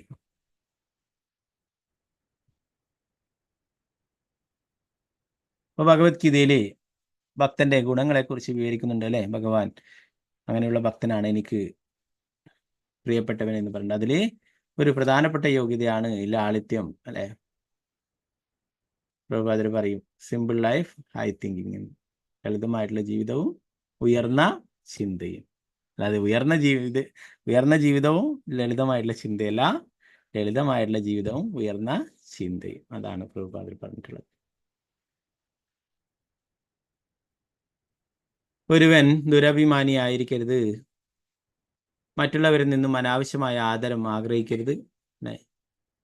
ശ്രീ ചൈതന്യ മഹാപ്രഭു പറയുന്നു അല്ലെ, മറ്റുള്ളവർക്ക് നമ്മളെല്ലാ ബഹുമാനവും കൊടുക്കുക, എന്നാൽ അവരിൽ നിന്നും ബഹുമാനവും യാതൊന്നും തന്നെ പ്രതീക്ഷിക്കാതിരിക്കുക. അമാനിന മാനദേന കീർത്തനീയ സദാഹരിയും. അക്രമരഹിതനായിരിക്കുകയും വേണം. അമാനിത്വം, അദമ്പിത്വം, അഹിംസ. ഒരുവൻ വളരെ സഹിഷ്ണുതയും ലാളിത്യവും ഉള്ളവനായിരുന്നു. ആത്മീയ ഗുരുവിനെ അംഗീകരിക്കണം, ഇന്ദ്രിയങ്ങളെ നിയന്ത്രിക്കണം. ഇവയെല്ലാം ഇവിടെയും ഭഗവത്ഗീതയിലും സൂചിപ്പിച്ചിട്ടുണ്ട്. ആത്മീയ ജീവിതം എങ്ങനെ അഭിവൃദ്ധിപ്പെടുത്താമെന്ന് ആധികാരിക പ്രഭവങ്ങളിൽ ശ്രവിക്കുകയും ആചാര്യനിൽ നിന്നും സ്വീകരിക്കുന്ന അത്തരം നിർദ്ദേശങ്ങൾ സ്വാത്മീകരിക്കുകയും ചെയ്യണമെന്ന് അല്ലെ. നമുക്ക് ഗുരു ദീക്ഷയൊക്കെ തരുമ്പോൾ നമ്മൾ പ്രതിജ്ഞ എടുക്കുന്നു അല്ലെ, 16 മാല ജപിക്കും, 4 യമനിയമങ്ങളൊക്കെ പാലിക്കും എന്നുള്ള കാര്യങ്ങളൊക്കെ അല്ലെ. 4 യമനിയമങ്ങളൊക്കെ തെറ്റിക്കുമ്പോൾ അതിൻ്റെ പാപങ്ങളൊക്കെ ഗുരുവിനാണ് പോവുക അല്ലെ. അപ്പൊ അങ്ങനെയൊക്കെ ചെയ്യുന്നത് കൊണ്ട് ഗുരു ഭഗവാന്റെ പ്രതീതി തന്നെയാണ്, നമ്മളെപ്പോലുള്ള ബദ്ധജീവാത്മാവല്ല. എന്നാൽ അത് ആ ശിഷ്യന്മാർ മനസ്സിലാക്കാനായിട്ട് ഗുരുവിലൂടെ അതിൻ്റെ എഫക്റ്റ് ഗുരു കാണിക്കും. ശിഷ്യന്മാർ ചെയ്യുന്ന പാപങ്ങൾ ഗുരു സ്വീകരിക്കുന്നതായിട്ട് അല്ലേ. എങ്കിലും ഗുരു വീണ്ടും കാരുണ്യവാനാണ് അല്ലേ. നമ്മുടെ ഗുരുമഹാരാജ് തന്നെ ഇപ്പോഴും ഹോസ്പിറ്റലൊക്കെ ആയി തിരിച്ച് മായാപ്പൂരിൽ പോയി. വീണ്ടും കൊൽക്കത്ത രഥയാത്രക്കൊക്കെ വന്ന് വീണ്ടും വലിയൊരു ദീക്ഷാ ചടങ്ങ് നടത്തുകയുണ്ടായി കൊൽക്കത്ത ടെമ്പിളിൽ വെച്ചിട്ട്. അനേകം ഭക്തന്മാർക്ക് ദീക്ഷയൊക്കെ കൊടുത്തു, അതുപോലെ തന്നെ ബ്രാഹ്മണിക്കൊക്കെ കൊടുത്തു. അപ്പോൾ അങ്ങനെ എന്താ പറയാ, ഭക്തന്മാര് ഇതൊന്നും പാലിക്കാതിരിക്കുമ്പോൾ, നിയമങ്ങളൊന്നും പാലിക്കാതിരിക്കുമ്പോൾ അത് വലിയൊരു പാപമാണ് അല്ലെ. ഭഗവാന് പ്രിയപ്പെട്ടതാണ് ഭഗവാന്റെ പ്രതിനിധിയായിരിക്കുന്ന ആത്മീയ ഗുരുക്കന്മാർ അല്ലെ. അപ്പൊ ആത്മീയ ഗുരുവിന് ഈ ദോഷം വരുന്ന കാര്യങ്ങൾ ചെയ്യുന്നവരെ ഭഗവാൻ ഇഷ്ടപ്പെടുവോ? ഇഷ്ടപ്പെടില്ലേ? ഇഷ്ടപ്പെടില്ല അല്ലെ. ഭഗവാന്റെ ഭക്തന്മാരാണ്, ഭഗവാൻ അത്രയും പ്രിയപ്പെട്ടവരാണ്. ഞാൻ പറഞ്ഞു, നമ്മുടെ ആധ്യാത്മിക ഗുരു ശ്രീല പ്രഭുപാദരായാലും മറ്റുള്ള ആചാര്യന്മാരായാലും നമ്മുടെ ഇപ്പോഴുള്ള ഗുരുക്കന്മാരായാലും എല്ലാം തന്നെ അവരൊക്കെ തന്നെ നമ്മളെ പോലുള്ള ഒരു ബദ്ധജീവാത്മാവല്ല. അവരൊക്കെ ഭഗവാൻ അയച്ചിട്ടുള്ളതാണ്, ഭഗവാന്റെ പ്രതിനിധികളാണ് അല്ലെ. അപ്പോൾ അവർക്ക് ദോഷങ്ങൾ വരുന്ന കാര്യങ്ങൾ നമ്മൾ പ്രവർത്തിക്കുകയാണെങ്കിൽ അത് ഭഗവാൻ ഒരിക്കലും ഇഷ്ടപ്പെടില്ല അല്ലെ. ഭഗവാന്റെ പ്രിയ ഭക്തന്മാരാണ്, അത്രയും ഭഗവാന് വേണ്ടപ്പെട്ടവരാണ്. ഭഗവാന്റെ സഖമാരും മഞ്ചരിമാരും, ഭഗവാന്റെ നിത്യലില്ല മഞ്ചരിമാരും സഖമാരും മറ്റുള്ള പാർഷദന്മാരും അവരൊക്കെയാണ് ഇവിടെ ലീലകൾ ചെയ്യാനായിട്ട് ഇങ്ങനെ വന്നിട്ടുള്ളത് അല്ലെ. അപ്പോൾ നമ്മളെപ്പോലുള്ള ഒരു ബദ്ധജീവാത്മാവല്ല അല്ലെ. നമ്മൾ ഇന്നലെ പഠിച്ചു, ഗുരുവിനെ ഒരു സാധാരണ മനുഷ്യനായി കരുതുന്നവൻ നരകത്തിലേക്ക് പോകും, അത്രയും വലിയ പാപമാണെന്ന് പറയും. അപ്പോൾ അങ്ങനെയുള്ള എന്താ പറയാ 4 യമനിയമങ്ങളൊക്കെ പാലിക്കാതിരിക്കുമ്പോൾ അതിൻ്റെ പാപങ്ങളൊക്കെ ഗുരുവിനാണ് ലഭിക്കുക. എങ്കിലും ഗുരു വീണ്ടും ഭഗവാന്റെ അടുത്ത് പ്രാർത്ഥിക്കുന്നു ആ ശിഷ്യന് വേണ്ടിയിട്ട്.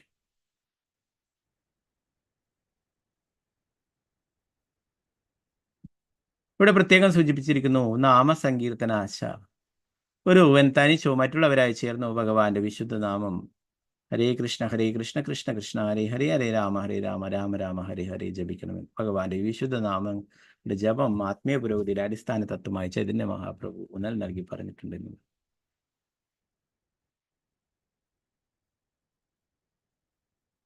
അപ്പൊ നാമസങ്കീർത്തനം അല്ലെ, ഹരിനാമ സങ്കീർത്തനം നമ്മൾ പറഞ്ഞു, മറ്റുള്ള പല സങ്കീർത്തനങ്ങളും നടക്കുന്ന കാണാം അല്ലെ. എന്നാൽ സങ്കീർത്തനം എന്ന് പറയുന്നത് ഹരിനാമ സങ്കീർത്തനമാണ്. ഭഗവാന്റെ നാമം ചൊല്ലുന്നതിനെയാണ് ഹരിനാമ സങ്കീർത്തനം എന്ന് പറയുന്നത് അല്ലെ. മറ്റുള്ള സങ്കീർത്തനം ഒന്നും സാധാരണ പറയാറില്ല, എന്നാലും പലരും പറയും അല്ലെ. ദേവി നാമ സങ്കീർത്തനം അല്ലെങ്കിൽ ശിവനാമ സങ്കീർത്തനം എന്ന് പറയും, ഹരിനാമ സങ്കീർത്തനം എന്ന് പറയും അല്ലെ. അതാണ് യഥാർത്ഥത്തില് സങ്കീർത്തനം. അപ്പോ എന്താ പറയുന്നത്, നമ്മൾ പലരെയും കണ്ടിട്ടുണ്ട്, നമ്മുടെ അമ്പലത്തിലൊക്കെ വരുന്ന ചില ഭക്തന്മാരൊക്കെ ഉണ്ട്, പുറമെയുള്ള ഭക്തന്മാരാണ്. അവരെയും രാവിലെയൊക്കെ ജപിക്കാനൊക്കെ വരും, അങ്ങനെയൊക്കെ വരും, എല്ലാത്തിനും സങ്കീർത്തനത്തിൽ. എന്നാൽ ചൊവ്വ വെള്ളി ദിവസത്തിനൊക്കെ ദേവിയുടെ സങ്കീർത്തനത്തിനൊക്കെ പോകും. അത് ശരിയായ രീതിയല്ല അല്ലെ. ഭഗവാനിൽ നമുക്ക് പൂർണ്ണമായിട്ടുള്ള വിശ്വാസം വേണം അല്ലെ. നമ്മൾ നേരത്തെ പഠിച്ചു, എന്ത് ആഗ്രഹങ്ങളുള്ളതായിക്കോട്ടെ എങ്ങനെയായാലും എന്താണ് ഭഗവാനെ സമീപിക്കുവാനായിട്ടാണ് പറഞ്ഞത് അല്ലെ. തീവ്രേണ ഭക്തി യോഗേന, ഭഗവാൻ കൃഷ്ണനിലെ പൂർണ്ണ വിശ്വാസത്തോടെ ഭക്തി സേവനങ്ങൾ ചെയ്യാനായിട്ട് അല്ലെ. ദേവിമാരൊക്കെ വേഗത്തിൽ പ്രസാദിക്കും. ദുർഗ, ശിവൻ ഇവരൊക്കെ വേഗം പ്രസാദിക്കും. ദേവിയായാലും ശിവനായാലും ഇവരൊക്കെ ക്ഷിപ്രപ്രസാദികളാ, വേഗത്തിൽ എല്ലാം ഭൗതികമായിട്ടുള്ള കാര്യങ്ങളൊക്കെ തരും അല്ലെ. അപ്പൊ അവരെന്താണ് അനുഗ്രഹം നൽകുന്നത്? നിങ്ങൾ ഇവിടെ തന്നെ ഈ ഭൗതിക ലോകത്തെ തന്നെ നല്ല സുഖ സന്തോഷമായിട്ട് ഇവിടെ തന്നെ നിൽക്കട്ടെ എന്ന്. നമ്മളിപ്പോഴൊരു ജയിലിൽ പിടിച്ചിട്ടു അല്ല, ഇന്നത്തെ കാലത്ത് അതാണ് സുഖം എന്ന് വിചാരിക്കുന്ന ആളാണ് കൂടുതലും ജയിലിലുള്ളത്. അപ്പൊ നമുക്ക് ജയിലിൽ പിടിച്ചിട്ട് ഇപ്പൊ നമ്മള് പ്രിയപ്പെട്ട ഒരാൾ കാണാനായിട്ട് വന്നു. അപ്പൊ എങ്ങനെയുണ്ട് ജയിലിൽ ഇതൊക്കെ എന്ന് പറഞ്ഞപ്പോൾ ജയിലിൽ ഇവിടെ ഭയങ്കര കൊതുകടിയാണ്.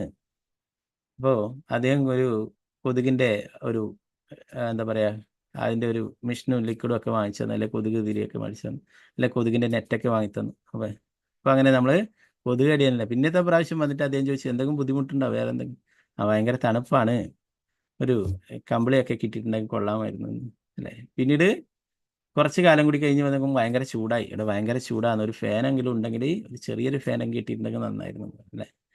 അപ്പം ഇങ്ങനെ നമ്മളും ഇവിടെ ജയിലിലാണുള്ളത്. അപ്പം നമ്മൾ ഓരോ കാര്യത്തിനായിട്ട് ചോദിച്ചുകൊണ്ടേ ഇരിക്കില്ല. ദേവീദേവന്മാരുടെ അടുത്ത് പോയിട്ട് ഓരോ കാര്യങ്ങൾക്ക് ചോദിക്കുമ്പോൾ അവരിവിടെ നൽകിക്കൊണ്ട് നിൽക്കും അല്ലേ. അപ്പം ജയിലിലുള്ള വ്യക്തി ഇങ്ങനെ സുഖമായിട്ട് ഓരോരോ കാര്യങ്ങളും ഓരോ വിഷമങ്ങളും വരുമ്പോൾ അദ്ദേഹത്തിന് ഓരോരോ ഇപ്പം തണുപ്പ് കാലത്ത് കമ്പിളിയൊക്കെ കൊടുത്തു, ചൂട് കാലത്ത് ഫാനൊക്കെ കൊടുത്തു, കൊതുക് കടിക്കുന്നതിന് കൊതുക് നെറ്റൊക്കെ കെട്ടിക്കൊടുത്ത് ഇങ്ങനെയൊക്കെ ആകുമ്പോൾ അദ്ദേഹത്തിന് അവിടെ സുഖമായി അല്ലേ. അങ്ങനെ ഇവിടെ തന്നെ കുറച്ച് കാലം കൂടി കഴിയാമെന്ന് ഇരിക്കണേ. അതുപോലെ നമ്മളൊക്കെ ഈ ഭൗതിക ലോകത്തിലെ ജയിലിലാണുള്ളത് അല്ലേ. അപ്പോൾ നമ്മൾ ഇവിടെ ഓരോരോ ഭൗതികമായിട്ടുള്ള കാര്യങ്ങളും ചോദിക്കുമ്പോൾ ദേവീദേവന്മാരൊക്കെ അത് അനുഗ്രഹിച്ച് നൽകുന്നു അല്ലേ. അപ്പോൾ എന്താ സംഭവിക്കുന്നത്? നമ്മൾ ഈ ഭൗതിക ലോകത്ത് തന്നെ കൂടുതൽ സുഖത്തോടെ സന്തോഷത്തോടെ കഴിയാമെന്ന് തെറ്റിദ്ധരിച്ചിട്ട് ഇതന്നെയാണ് ജീവിതം എന്ന് വിചാരിച്ചിട്ട് നമ്മൾ അതുപോലെ ജീവിക്കുന്നു, ഭഗവാനെ മറന്നു ജീവിക്കുന്നു അല്ലേ. അതാണ് യഥാർത്ഥത്തിൽ സംഭവിക്കുന്നത് അല്ലേ. എന്നാൽ കൃഷ്ണൻ എന്താ നൽകുന്നത്? മുകുന്ദൻ മുക്തിദായകനാണ്. മുക്തി മാത്രം. ഇനിയൊരു അവസരം കൂടി ഇവിടെ ഈ ഭൗതിക ലോകത്തിൽ കഷ്ടപ്പെടുത്താതെ തൻ്റെ അല്ലെ അംശങ്ങളായിട്ടുള്ള എല്ലാ ജീവാത്മാക്കളെയും രക്ഷിച്ചു കൊണ്ടുപോകാനാണ് ഭഗവാൻ പരിശ്രമിക്കുന്നത്, ഭഗവാൻ ശ്രമിക്കുന്നത് അല്ലെ. അതിനാണ് ഭഗവാന്റെ പ്രതീതികളെയൊക്കെ ആത്മീയ ഗുരുക്കന്മാരെ അയക്കുന്നത് എന്നത്. ഓ ശ്രീ ചൈതന്യ മഹാപ്രഭുവിൻ്റെ അടുത്ത് തന്നെ ഈ ചോദ്യം ചോദിക്കേണ്ടത് സനാതന ഗോസ്വാമിയാണെന്ന്. എന്തുകൊണ്ടാണ് ഇങ്ങനെ ദേവിയുടെയും ശിവന്റെയൊക്കെ ഭക്തന്മാർ സമ്പന്നരായിരിക്കുന്നു? എന്തുകൊണ്ടാണ് കൃഷ്ണ ഭക്തന്മാരെയൊക്കെ ഇങ്ങനെ പുറമേ നോക്കുമ്പോൾ ദരിദ്രരായി കാണുന്നത്? നമ്മൾ കഴിഞ്ഞ ക്ലാസ്സിൽ പറഞ്ഞു അല്ലെ, സനാതന ഗോസ്വാമി, രൂപഗോസ്വാമിയൊക്കെ അത്രയും വലിയ ശമ്പളം, സ്വർണ്ണ നാണയങ്ങൾ, ആയിരക്കണക്കിന് ലക്ഷക്കണക്കിന് സ്വർണ്ണ നാണയങ്ങളൊക്കെ ശമ്പളമായിട്ട് ലഭിച്ചിരുന്നത്. അതൊക്കെ വിട്ടിട്ടാണ് വന്നിട്ടുള്ളത് അല്ലേ. അപ്പോൾ പൊതുവേ അങ്ങനെ ഒരു ധാരണയുണ്ട്. എന്താ, പൊതുവേ ആൾക്കാരൊക്കെ വിചാരിക്കുന്നു കൃഷ്ണൻ എത്ര വേഗമൊന്നും പ്രസാദിക്കില്ല, കൃഷ്ണൻ്റെ അടുത്ത് പോയാൽ വേറെ കാര്യങ്ങളൊന്നും ലഭിക്കില്ല, അതുകൊണ്ട് ദേവന്മാരെ ശരണം പ്രാപിക്കുന്നതാണ് നല്ലതെന്ന് വിചാരിക്കും അല്ലെ. അതുകൊണ്ടാണ് പലരും അങ്ങനെ പോകുന്നത്. എന്നാൽ യഥാർത്ഥത്തിൽ ഈ ഭൗതിക ലോകം എന്ന് പറയുന്നത് ജയിലിൽ സുഖസുന്ദരമായിട്ട് കഴിയാനായിട്ടുള്ള അവസരങ്ങളാണ് അവർ നൽകുന്നത് അല്ലെ. അവർക്ക് ഏതായാലും എന്താ പറയുക, ദേവന്മാരൊക്കെ ഭഗവത്ധാമത്തിലല്ല അല്ലെ. ദേവീലോകം അത് വേറെ തന്നെ ലോകമാണ് അല്ലെ.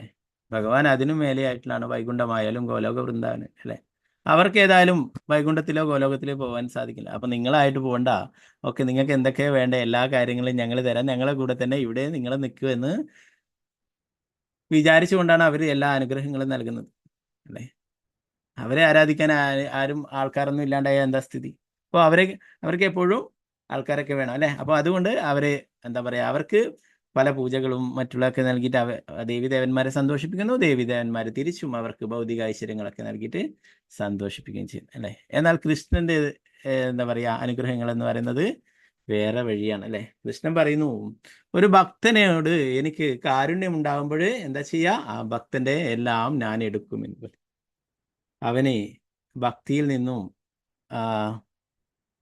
ഭക്തിക്ക് തടസ്സമാകുന്ന കാര്യങ്ങളൊക്കെ ഭഗവാൻ എടുത്തു മാറ്റും അല്ലേ. എന്നാൽ ഭക്തിയിൽ കൂടുതൽ പുരോഗമിക്കും തോറും ആ എല്ലാ അനുഗ്രഹങ്ങളും നൽകുകയും ചെയ്യും അല്ലേ. ചില പ്രഭുപാദർ തന്നെ പറയാറുണ്ട്, യസ്യാഹം അനുഗ്രഹിച്ചാമി എന്നുള്ള ആ ശ്ലോകം ചൊല്ലും. ആ പ്രഭുപാദർ പറയും, ഭഗവാൻ ഒരാളോട് ശ്രീമദ് ഭാഗവതം പറയുന്നു, ഭഗവാൻ ഒരാളോട് പ്രത്യേക കാരുണ്യം കാണിക്കുമ്പോൾ അദ്ദേഹത്തിന്റെ സമ്പത്തെയും ബന്ധുക്കളെയും മറ്റുള്ളതൊക്കെ ഭഗവാൻ എടുത്തു മാറ്റുമെന്ന് പറയും. എന്തിനു വേണ്ടിയിട്ടാണ്? ഭഗവാനെ കൂടുതൽ ആത്മാർത്ഥമായിട്ട് സ്നേഹിക്കാൻ, പ്രാർത്ഥിക്കാൻ, ഭഗവാനോട് കൂടുതൽ ബന്ധമുണ്ടാവാൻ വേണ്ടിയിട്ടാണ്.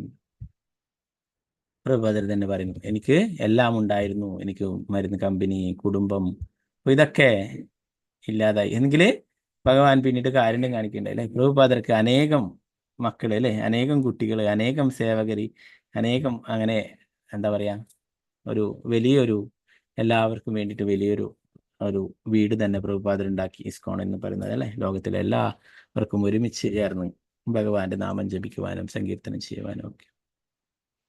ഇപ്പം എല്ലാം പ്രഭുപാദർക്ക് വീണ്ടും ഭഗവാൻ തിരിച്ചു നൽകിയിട്ടുണ്ട് അല്ലേ. എല്ലാം നമുക്കറിയാം, 108 ക്ഷേത്രങ്ങൾ പ്രഭുപാദർ സ്ഥാപിക്കുകയുണ്ടായി അല്ലേ. അനേകം ലക്ഷക്കണക്കിന് ഭക്തന്മാരെ ഉണ്ടാക്കുകയുണ്ടായി അല്ലേ. അപ്പോൾ ഒരിക്കലും പ്രഭുപാദരടുത്ത് ഒരു വ്യക്തി അദ്ദേഹം കുറേ എന്താ പറയുക അത്ഭുതകരമായിട്ടുള്ള കാര്യങ്ങൾ നടത്തിയതിനെ കുറിച്ചിട്ടൊക്കെ പറയുന്നുണ്ട്. മിറാക്കിൾ, പല അത്ഭുതങ്ങൾ നടന്നതിനെ പറ്റിയിട്ടൊക്കെ പറയുന്നുണ്ട്. അപ്പോൾ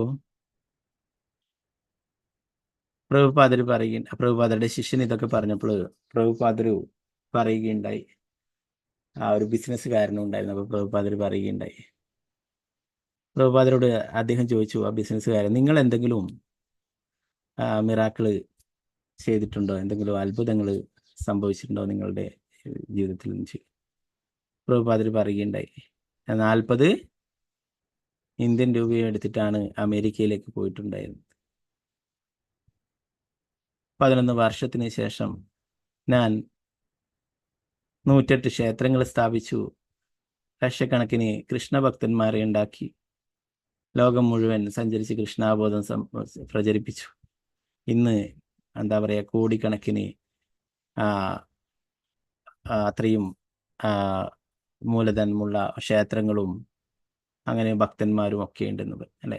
മായാപൂരിലെ വലിയ ക്ഷേത്രം നമുക്കറിയാം, അത്രയും കോടി 700 കോടി അങ്ങനെയാണ് അതിൻ്റെ 800 കോടി അങ്ങനെ അതിൻ്റെ നിർമ്മാണം. അപ്പം അത്രയും പ്രഭുപാദർ അന്ന് 40 രൂപയും കൊണ്ട് പോയിട്ടുള്ളത്. അപ്പോൾ പ്രഭുപാദർ പറഞ്ഞു, ഇതന്നെയാണ് കൃഷ്ണൻ ചെയ്യുന്ന ആ അത്ഭുതങ്ങൾ എന്ന് പറയുന്നത്. അപ്പോൾ ഇവിടെ പറയുന്നത് ഭഗവാന്റെ തിരുനാമം ജപിക്കുവാനായിട്ട് പറയുന്നു, എപ്പോഴും ജപിക്കുവാനായിട്ട് പറയുന്നു അല്ലേ. നമുക്ക് സങ്കീർത്തനമായിട്ടും ജപിക്കുക, അല്ലാത്തപ്പോൾ ഒറ്റയ്ക്കായിട്ടും ജപിക്കുക അല്ലെ. നാമസങ്കീർത്തനം പലതരത്തിലും നമ്മൾ നടത്തും അല്ലെ. അമ്പലങ്ങളിലായാലും വീടുകളിലൊക്കെ ചെറിയ രീതിയിൽ സങ്കീർത്തനം നടത്തും അല്ലെ. നമ്മൾ പുറത്തു പോയിട്ട് നഗര സങ്കീർത്തനമായിട്ട് അല്ലെ, വലിയ കർത്താലും മൃദംഗവും മറ്റുള്ള ഉപകരണങ്ങളൊക്കെ എടുത്തിട്ട് സങ്കീർത്തനമായിട്ട് അല്ലെ. എങ്ങനെയായാലും ഇതൊക്കെ തന്നെ നമ്മുടെ ഭക്തിയിൽ വളരെ ഏറെ പ്രധാനപ്പെട്ട കാര്യമാണെന്ന് പറഞ്ഞു. വിശുദ്ധ നാമജപങ്ങളുടെ ജപം ആത്മീയ പുരോഗതിയുടെ അടിസ്ഥാന തത്വമായിട്ട് ചൈതന്യ മഹാപ്രഭു ഊന്നൽ നൽകി പറഞ്ഞിട്ടുണ്ടെന്ന് അല്ലേ. അപ്പം നമ്മൾ എത്ര ജപിച്ചാലും അതൊന്നും ഒരിക്കലും നഷ്ടമാവില്ല എന്ന് ഒരു സീനിയർ വൈഷ്ണവന്റെ ക്ലാസ്സിൽ കേൾക്കുന്നുണ്ട്. അപ്പോൾ അദ്ദേഹം ഒരു ഉദാഹരണം പറയുന്നുണ്ടായി. നമ്മളൊരു ചെറിയ യാത്ര നടത്തുകയാണെങ്കിൽ, നമ്മളൊരു ട്രെയിനിൽ ഉച്ചവരെ അതിനുള്ള ഒരു യാത്ര നടത്തും അല്ലെ. ചിലപ്പോൾ നമ്മൾ അന്നേരം രാവിലെ പുറപ്പെടുന്നതാണെങ്കിൽ ഒരു ചെറിയ ബ്രേക്ക്ഫാസ്റ്റ് മാത്രം കരുതും അല്ലേ. അപ്പോൾ അല്ല, രാവിലെ കയറിയിട്ട് നമ്മൾ രാത്രി എത്തുള്ളെങ്കിൽ നമ്മൾ ബ്രേക്ക്ഫാസ്റ്റും ലഞ്ചും ഒക്കെ കരുതും അല്ലേ. ചിലപ്പോൾ ഡിന്നറും കരുതും അല്ലേ. നമ്മൾ റെയിൽവേ സ്റ്റേഷനിലൊക്കെ എത്തിയാൽ പ്രസാദമൊന്നും കിട്ടില്ല, അങ്ങനെയൊക്കെ ആവും അല്ലേ. അപ്പോൾ അതുപോലെ അപ്പോൾ നമ്മൾ ഓരോ യാത്രക്കനുസരിച്ച് ചെറിയ യാത്ര ഉച്ചവരെയൊക്കെയാണ് ചെറിയൊരു ബ്രേക്ക്ഫാസ്റ്റ് അല്ലേ. രാത്രി വരെയുള്ളതാണെങ്കിൽ ചിലപ്പോൾ 2 ദിവസമൊക്കെ വേണ്ടി വരും. ഇപ്പോൾ മായാപൂരൊക്കെ പോകുമ്പോൾ 2 ദിവസം, അപ്പോൾ 2 ദിവസത്തേക്കുള്ളതൊക്കെ നമ്മൾ എടുക്കും അല്ലേ. എങ്ങനെയെങ്കിലൊക്കെ ഉണ്ടാക്കിയിട്ട് അത് എടുക്കും. അപ്പോൾ അതുപോലെ ഇതൊരു വലിയൊരു യാത്രയാണെന്ന് പറയും. തിരിച്ച് ഭഗവാന്റെ അടുത്തേക്ക് പോകാനുള്ള ഒരു യാത്രയാണ് അല്ലേ. അപ്പോൾ അതിന് എത്രമാത്രം നമുക്ക് എനർജി സംഭരിക്കാൻ പറ്റുമോ, എത്രമാത്രം നമുക്ക് നാമം ജപിക്കാൻ പറ്റുമോ, അത് അത്രയും നല്ലതാണ്. അതൊരിക്കലും എന്താ പറയുക, നഷ്ടമായിട്ട് പോവില്ല ഒരിക്കലും അല്ലേ. ഒരിക്കലും അത് നഷ്ടമല്ല. അതൊക്കെ അവിടെ നമ്മൾ എത്ര ജപിച്ചോ അത്രയും അത് നമ്മുടെ ആത്മീയ പുരോഗതിക്ക് ഏറ്റവും പ്രധാനപ്പെട്ടിട്ടുള്ള കാര്യമാണ്. ഇവിടെ പറയുന്ന ആര്യ എന്നുള്ള വാക്കിനെ കുറിച്ചിട്ട് ഇവിടെ പറഞ്ഞു അല്ലെ. നമ്മൾ ഭഗവത്ഗീതയിലും കേട്ടു അല്ലെ. നീ അർജുനനോട് പറയുന്നു, നീ ഒരു ആര്യന് ചേർന്ന പ്രവൃത്തിയല്ല ചെയ്യുന്നത് എന്നൊക്കെ പറയുന്നുണ്ട് അല്ലെ. ഭഗവാന്റെ നിർദ്ദേശങ്ങളനുസരിച്ച് യുദ്ധം ചെയ്യാതെ ഇരുന്നപ്പോൾ അല്ലെ, പല കാരണങ്ങളും പറഞ്ഞപ്പോൾ നീ ഒരു അനാര്യനെ പോലെ, ആര്യനല്ലാത്തവനെ പോലെ പ്രവർത്തിക്കുന്നു എന്ന്, ആര്യന് യോജിച്ച പ്രവൃത്തിയല്ല എന്നൊക്കെ ഭഗവാൻ പറയുന്നുണ്ട് അല്ലെ. അപ്പോൾ ഇവിടെ പറയുന്നു, ആത്മീയ ജീവിതത്തിൽ പുരോഗതിയില്ലാത്ത വ്യക്തികളുമായ കൂട്ടുകെട്ട് ഒഴിവാക്കിയും വേണം. ആര്യ എന്നാണ് ഇവിടെ കൊടുത്തുള്ള മറ്റൊരു. ആര്യന്മാരായ വ്യക്തികൾ ഭൗതിക ആവൃത്തിയിൽ എന്ന പോലെ കൃഷ്ണാബോധത്തിന്റെ ജ്ഞാനത്തിലും മുമ്പന്തിയുള്ളതാണ്. ആത്മീയ പുരോഗതിയുടെ കാര്യത്തിൽ സുരന്മാരെയും അസുരന്മാരെയും പോലെ എന്താണ് ആര്യന്മാരും അനാര്യനും തമ്മിലുള്ള വ്യത്യാസം എന്ന് പറയും.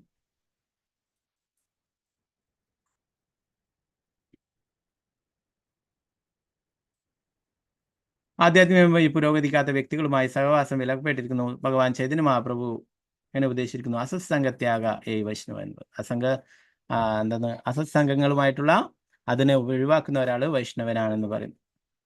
ഒരുവൻ താൽക്കാലികങ്ങളോട് ആസക്തമായ വ്യക്തികളെ ഒഴിവാക്കണം. ഭൗതികതയുടെ അമിതമായ മമതയുള്ളവനാണ് അസത്. ഭഗവാന്റെ ഭക്തനല്ലാത്ത അവൻ സ്ത്രീകളും അസാധ്യകരങ്ങളായ ഭൗതിക വസ്തുക്കളും ആർത്തമായ അഭിനിവേശം ഉണ്ടായിരിക്കും. വൈഷ്ണവ തത്വശാസ്ത്രമാരും അത്ര ഒരു വ്യക്തി അസത് ആയിരിക്കും എന്ന് പറയുന്നു. ഒരു ഭക്തൻ താൻ നേടിയ സ്വത്തുക്കളുടെ പേരിൽ അഹങ്കരിക്കരുത്. ശാന്തതയും എളിമയാണ് ഒരു ഭക്തന്റെ ലക്ഷണങ്ങൾ. ആധ്യാത്മികമായി എത്ര പുരോഗമിച്ചാലും അവൻ സദാ ശാന്തന വിനീതമായിരിക്കണം. കവിരാജ് ഗോസ്വാമി മറ്റനേകം വൈഷ്ണവരും വ്യക്തിപരമായ ഉദാഹരണങ്ങളായി നമ്മെ പഠിപ്പിച്ചിട്ടുള്ളതും അതുപോലെ അവൻ ഒരു തെരുവിലെ പുൽക്കുടിയേക്കാൾ വിനീതനും വൃക്ഷത്തെക്കാൾ സഹിഷ്ണുതയുള്ളവനുമായിരിക്കണമെന്ന് മഹാപ്രഭു പഠിപ്പിച്ചു. ഒരുവൻ അഹംഭാവിയോ സ്വയം തെറ്റായി ഉയർത്തി പറയുന്നവനോ ആകരുത്. ഈ രീതികളിൽ പ്രവർത്തിച്ചാൽ ഒരുവന് തീർച്ചയായും ആത്മീയ ജീവിതത്തിൽ പുരോഗതി നേടാമെന്നത് അല്ലെ. കൃഷ്ണദാസ് കവിരാജ് ഗോസ്വാമി എന്താ പറഞ്ഞിട്ടുള്ളത്? ഞാനൊരു മലത്തിലെ പുഴുവിനേക്കാളും എളിയവനാണെന്ന്, മലത്തിലെ കൃമിയേക്കാളും എളിയവനാണെന്ന്. സനാതന ഗോസ്വാമി, രൂപ ഗോസ്വാമി അവരൊക്കെ അത്രയും വിനയത്തോടെയാണ് ശ്രീ ചൈതന്യ മഹാപ്രഭുവിന്റെ അല്ലെ, അവര് അത്രയും ചെറിയൊരു അത്രയും പതീതരായിട്ടുള്ള ആൾക്കാരാണെന്ന് പറഞ്ഞു അല്ലെ. നമ്മൾ കണ്ടിട്ടുണ്ട് രൂപ ഗോസ്വാമിയൊക്കെ മഹാപ്രഭുവിനെ പ്രണമിക്കുമ്പോൾ ഒരു പുൽക്കൊടി കടിച്ചുകൊണ്ട് അല്ലെ, ഒരു പുല്ലിനേക്കാളും എളിമയുള്ള അത്രയും പതീതനാണ് എന്നുള്ളത് കാണിക്കുവാനായിട്ട് ചെയ്തിരുന്നു. ഓക്കെ, അപ്പോൾ ശ്രീ ചൈതന്യ മഹാപ്രഭു പറയും തൃണാദബി സുനീചന തരോരബി സഹിഷ്ണുന അമാനിന മാനദേന കീർത്തനീയ സദാഹരി എന്ന് പറയും. വൃക്ഷത്തെക്കാൾ സഹിഷ്ണുതയും പുൽക്കൊടിയേക്കാൾ ക്ഷമയും വിനീതനും ആയിരിക്കാനായിട്ട് പറഞ്ഞല്ലേ. മറ്റുള്ളവർക്ക് എല്ലാ അബഹുമാനങ്ങളിൽ നിന്ന് മറ്റുള്ളവരിൽ നിന്നും ആരും ആ അബഹുമാനങ്ങൾ പ്രതീക്ഷിക്കാതിരിക്കുക, അങ്ങനെ ഭഗവാന്റെ നാമം ജപിക്കുവാനായിട്ട് പറയും. ഓക്കെ, ബാക്കി ഭാഗങ്ങൾ നമുക്ക് നാളത്തെ ക്ലാസ്സിൽ നോക്കാം. ഹരേ കൃഷ്ണ. വാഞ്ചകൽപതരൂപശ കൃപാ സിന്ധുഭ്യവച പതിദാനം ഭാവനഭ്യോ വൈഷ്ണവേഭ്യോ നമോ നമ. ആനന്ദകൂടി വൈഷ്ണവൃന്ദക്ക് ജയ, പ്രഭുപാദിക്ക് ജയ, ഗുരുമരാജിക്ക് ജയ, നിതായ ഗൗര പ്രേമാനന്ദേ ഹരി. ഹരേ കൃഷ്ണ. പിന്നെ അടുത്ത ഭാഗങ്ങൾ എന്തെങ്കിലും സംശയങ്ങൾ ഉണ്ടെങ്കിൽ കയ്യെത്താം.